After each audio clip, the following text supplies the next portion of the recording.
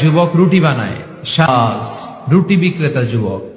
তিনি রুটি বিক্রেতার কাছে যে সালাম দিলেন, আসসালামু আলাইকুম। যুবক বলে, ওয়া আলাইকুম আসসালাম। আহমদ ইবনে হাম্বল বলল, বাবা, আমি তোমার রুটির দোকানের পাশে বসে রাতটা কাটাতে চাই আর তোমার এই চুলা থেকে আগুন পোহাতে চাই, যদি তুমি অনুমতি দাও। যুবক বলে, আহলান ওয়া সাহলান ওয়া মারহাবান বিক ইয়া শেখ, আসেন, বসেন, কোনো সমস্যা নাই। আপনি চুলা থেকে আগুন পোহাবেন, এতে আমার ক্ষতি কি? আলহামদুলিল্লাহ পড়েন। আহমদ ইবনে হাম্বল খুশি হয়ে গেলেন, উনি বসলেন, উনি তাপ নিচ্ছেন, আগুন পোহাচ্ছেন, আর দেখতে পাচ্ছেন যুবকটা বারবার পড়ছে আস্তাগফিরুল্লাহ। যুবকটা বারবার কি পড়ছে? আস্তাগফিরুল্লাহ। রুটি বানায় আর পড়ে আস্তাগফিরুল্লাহ।